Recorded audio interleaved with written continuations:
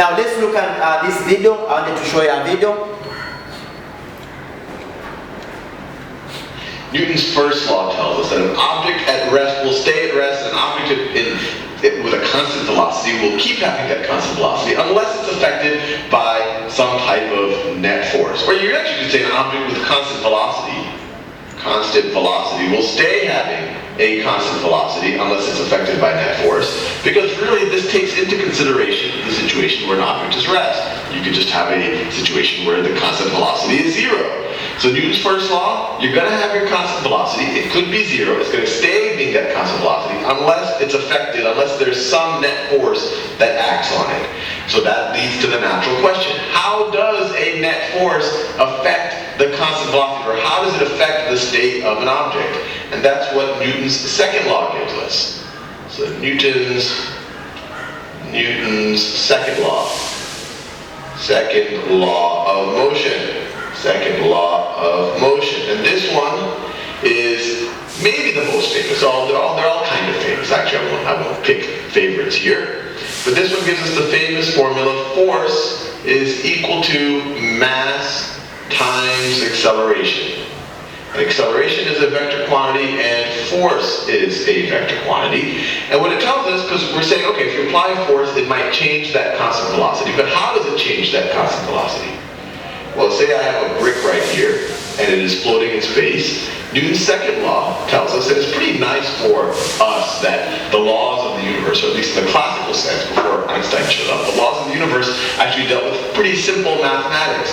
What it tells us is if you apply a net force, let's say on this side of the object, and we talk about net force, because if you apply two forces that cancel out and that have zero net force, then the object won't change its constant velocity. If you have a net force applied to one side of this object, then you're going to have a net acceleration going in the same direction. So you're going to have a net acceleration going in that same direction. And what Newton's second law of motion tells us is that acceleration is proportional to the force applied, or the force applied is proportional to that acceleration. And the constant of proportionality, or to figure out what you have to multiply the acceleration by to get the force, and what you have to divide the force by to get the acceleration, is called mass. That is an object's mass. That is an object's mass. And I'll make a whole video on this. You should not confuse mass with weight. I'll make a whole video on the difference between mass and weight. Mass is a measure of how much stuff there is. Now that we'll see in the future, there are other things that we don't normally consider stuff that does start to have mass. But for our classical, or at least a first year physics course, you can really just imagine how much stuff there is. Weight, as we'll see in the future video, is how much that stuff is being pulled down by the force of gravity. So weight is a force. Mass is telling you how much stuff there is. And this is really neat that this formula is so simple, because maybe we could have lived in a universe where force is equal to mass squared times acceleration times the square root of acceleration, which would have made all of our math much more complicated. But it's nice. It's just this constant of proportionality right over here. It's just this nice, simple expression. And just to get our feet wet a little bit with computations involving force, mass, and acceleration, let's say that I have a force, and the unit of force is appropriately called the Newton. So let's say I have a force of, I have a force of 10 newtons. And just to be clear, a newton is the same thing. So this is the same thing as 10 kilogram meters per second squared. And that's good that a newton is the same thing as kilogram meters per second squared, because that's exactly what you get on this side of the formula. So let's say I have a force of 10 newtons, and it is acting on a mass. Let's say that the mass is 2 kilograms, and I want to know the acceleration. And once again in this video, these are vector quantities.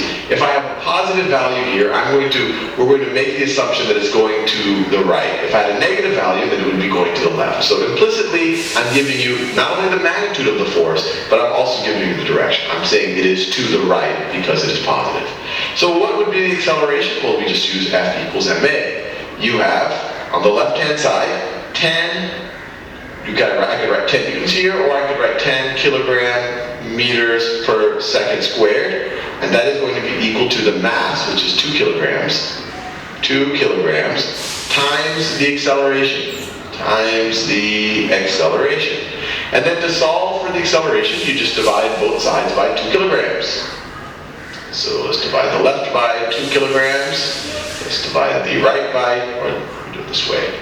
Let's divide the right by 2 kilograms. That cancels out. The 10 and the 2, 10 divided by 2 is, 10 divided by 2 is 5. And then you have kilograms canceling with kilograms. Your left-hand side, you get 5 meters per second squared. And then that's equal to your acceleration. Now, just for fun, what happens if I double? What happens if I double that force? Well, then I have 20 newtons. Well, I'll actually work it out. Then I have 20 kilogram meters per second squared. Kilogram meters per second squared is equal to, I don't have to color code this, 2 kilograms times the acceleration. Divide both sides by 2 kilograms. Divide both sides by 2 kilograms. And what do we get? Cancels out. 20 divided by 2 is 10. Kilograms cancel with kilograms. And so we have the acceleration in this situation is equal to 10 meters per second squared. Is equal to the acceleration. So when we doubled the force, we went from 10 newtons to 20 newtons, the acceleration doubled. Went from 5 meters per second squared and to 10 meters per second squared. So we see that they are directly proportional, and the mass is at how proportional they are. And so you can imagine what happens if we double the mass. If we double the mass in, let's say in this situation, with 20 newtons, then we won't be dividing by 2 kilograms anymore. We'll be dividing by 4 kilograms. And so then we'll have 20 divided by 4, which would be 5, and that would be meters per second squared.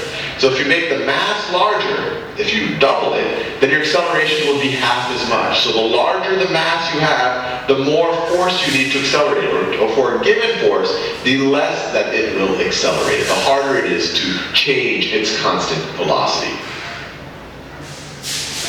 Now it's very clear from this second law of motion, which I'm going to do at least some few examples. It's very clear that F, which is force, is equivalent to the change of rate of momentum. So we are saying that this one shall give us the equation, which we are saying F is equal to ma. Now we are saying that this is going to be F is equal to mv minus mu. We divide by change of time. Of course, we are going to have ft is equals to mv minus what? Minus mu. But of course, we are saying that this one will actually rise, especially this one is going to give us f is equivalent to what? To ma. So that now, if we apply a certain force on a particular object or a particular body, what happens is you are going to induce a particular acceleration on that particular object. So we are saying that from that example, that if you apply a particular force to a particular object, let's say now you change that force with it, you double the force. What will happen to the acceleration? We are actually saying very well that if you double the force, the acceleration also will double. If you reduce the mass by half, what will happen to the force? Now you need more force. You need more force on it. So we are saying that one will affect the other one, especially the force. The force is that force you are applying to a particular object, given that object has a particular mass, it actually affects the acceleration of it. Now, as we proceed, we can say the change in momentum is actually the mv minus mu, and of course the rate of change of momentum is actually mv minus mu divided by time, which is very clear. Generally, the second law gives rise to the equation of F is equals to ma. This must be very clear. This is what we call the second law. F is equals to where this is force, and this is a mass, and this is acceleration. Now we are saying that this one will actually imply that mass is actually kg, and acceleration is actually meters per second square. And of course we know that this one, the unit for force is actually meaning that kg per meter squared. Kg meter per second squared is actually the same as what? The same as unit, because when you multiply mass times acceleration, we are getting a force. So that's very, very clear.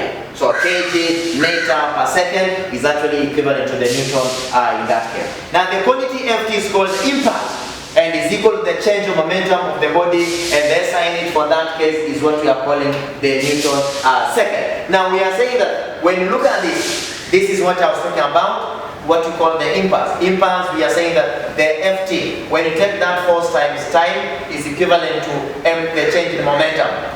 Not the rate of change, but the change in momentum. That's why it's very clear from here.